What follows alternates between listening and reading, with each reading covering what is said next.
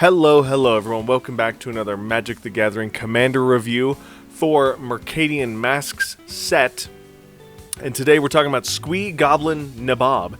This is also the last commander of this set, another very short one, but we're going to be, slowly, incrementally getting to the bigger sets as we continue on through the ages of Magic the Gathering. So, Squee, Goblin, Nabob is a legendary goblin. Excuse me, I've been drinking a lot of water. It is a goblin, it's a 1/1, it costs 2 generic mana and 1 red mana.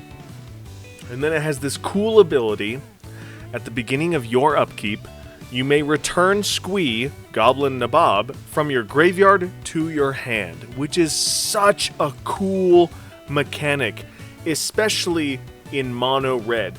And this card has been out since Mercadian Masks, so people have utilized this mechanic in crazy aristocrat, silly ways for a long time.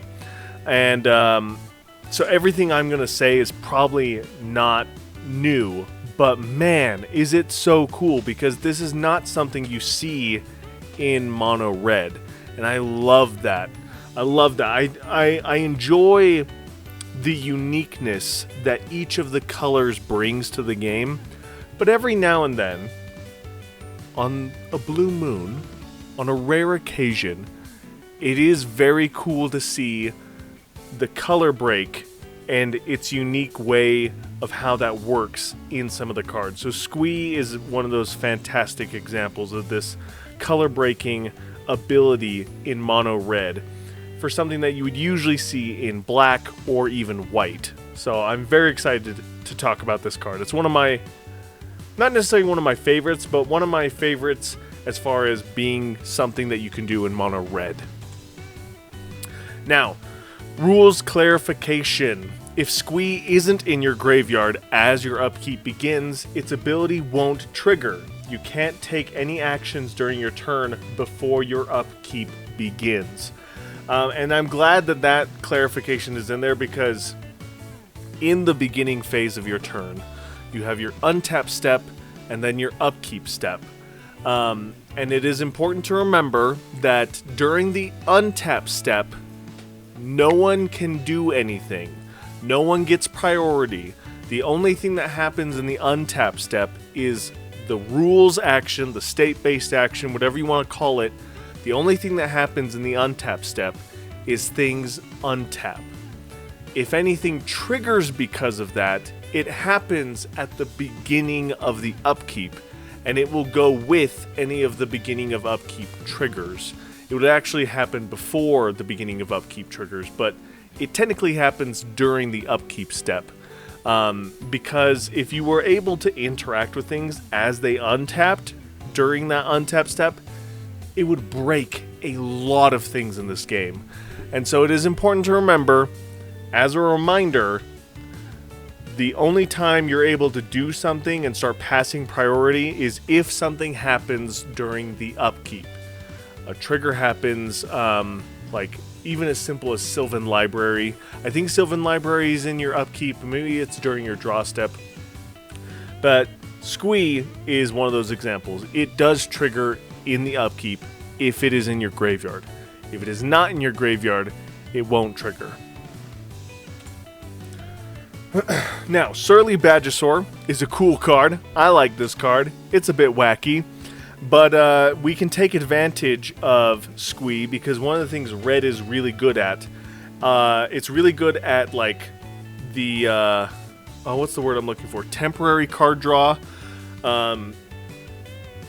Opportunistic card draw. I can't remember what that term is called. It's very, very generalized term. Everyone uses it. But it's you get to exile top 2 cards and play them until the end of your turn. That's very big for red. But prior to that, before they were able to exile things and cast it from the top of their library, red was really good at rummaging, which was discard a card to draw a card. And so there's a lot of red cards, and still today a lot of those cards are being made. So with Squee, we can, on someone's end step, cast an instant speed spell like Thrill of Possibilities, where it says discard a card to draw 2 cards. with Surly Badgesaur out, it's now discard Squee, put a +1/+1 counter on Surly Badgesaur, which is really cool. I like that. And then during your upkeep, you'll get the Squee back, so you can repeat the process over and over and over again. Surly Badgesaur will also work with your other card types, but for this case, it's going to make the Surly Badgesaur bigger, which is really cool. The deck that I am going to be putting Squee in is actually a theft deck. The whole point of this deck is I'm going to be taking your creatures, or my opponent's creatures, for the turn, and then of course Mono Red has tons of ways to sacrifice creatures like Goblin Bombardment, so I can deal damage to my opponents, and they're going to lose that. However, since I do have those sack outlets, I can, for free, at least sacrifice Squee every round and have some form of ammunition, draw, mana ramp, whatever I need Squee to be. I'll at least have Squee in the deck, so that way, even if I can't steal my opponent's stuff, I have something that I can sacrifice to do things with. So it's a nice, good way to make sure that I'm doing what the deck wants to do. Popular deck idea on EDH Rec is, of course, Goblin Tribal. Goblins have been prevalent since the beginning of the game, and you can literally build any level of Goblin deck you want, from like super powered, high tier Goblin Tribal to very weak Goblin Kindred janky deck. So have fun with it. Very popular on EDH Rec. You can find tons of different cards for this archetype. And then lastly, kind of a janky build was, I was trying to think of ways that like synergize or benefit with Squee's unique ability to be able to recur itself. And the more and more I thought about it, the more and more I was like, it's literally just a Phoenix, but on a Goblin. And Phoenix Tribal is the only other archetype that can like recur itself from the graveyard in mono red, which again, I think is very cool. I love that because it's something that you don't see in red, is like a self-recursion mechanic, or recursion in general, really. So I thought it'd be fun to make Squee the commander of like a self-mill, self-discard Phoenix Tribal deck. And you want to play a lot of Phoenixes. Squee, of course, isn't a Phoenix, but it does have that cool Phoenix ability of recurring itself. Ways to take advantage of that by using, like I said, cards that you can discard to get more cards, Brass's Tunnel Grinder, and some of the other red cards. It's not really popular in red, but that self-mill descending kind of strategy that we've seen in Ixalan. Things that put things into the graveyard, ways to deal damage to your opponents, so that way we can then recur our Phoenixes and go face every turn, attacking over and over and over again. I think this would be a very fun deck idea. Let me know in the comments below what you guys think. And that's going to do it for Squee Goblin Nabob. This is the last commander for the Mercadian Masks set. Self-recurring, which I've talked about multiple times in this video, I think is fantastic ability. I love this ability. So cool. However, a 1/1 for 3 mana is not strong, especially if it's just by itself. So don't play with Squee if you don't have a way to utilize its ability, is my recommendation. However, you can build any of these fun little engines and utilize Squee to maximum ability.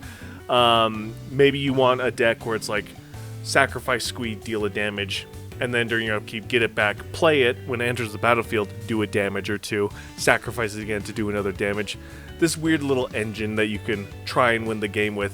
I think Squee is really cool. Obviously it's been reprinted a bunch since its original printing, and you know, it's really fun. I have nothing left to say. I think Squee is really cool. So let me know in the comments below if there's anything I missed. Like I said in the Cho Mano video, I would love to talk about some crossover ideas with you guys. That's been very popular with Wizards of the Coast, and since I am a video game channel and I'm a Magic channel. You know, I'm a gaming channel. I'd love to kind of blend my two loves together and talk about, really the one that I would talk about to begin with would be Jak and Daxter. It's one of the first full playthroughs I did for my channel. It's a game that I love, not just like to play and stuff, but like I love the world of Jak and Daxter, not just the first game, but all three, and I'll be playing the other games for my channel as well. But I'd love to talk about the first Jak and Daxter game. It's one that I've thought about doing a crossover with Magic for years. How would the factions work? What would be the returning mechanics? What would be new mechanics? I'd love to make videos talking about that with you guys. So let me know in the comments below what you guys think. Thank you guys so much for watching. And when I see you next, we'll be doing the set review for Mercadian Masks. Bye!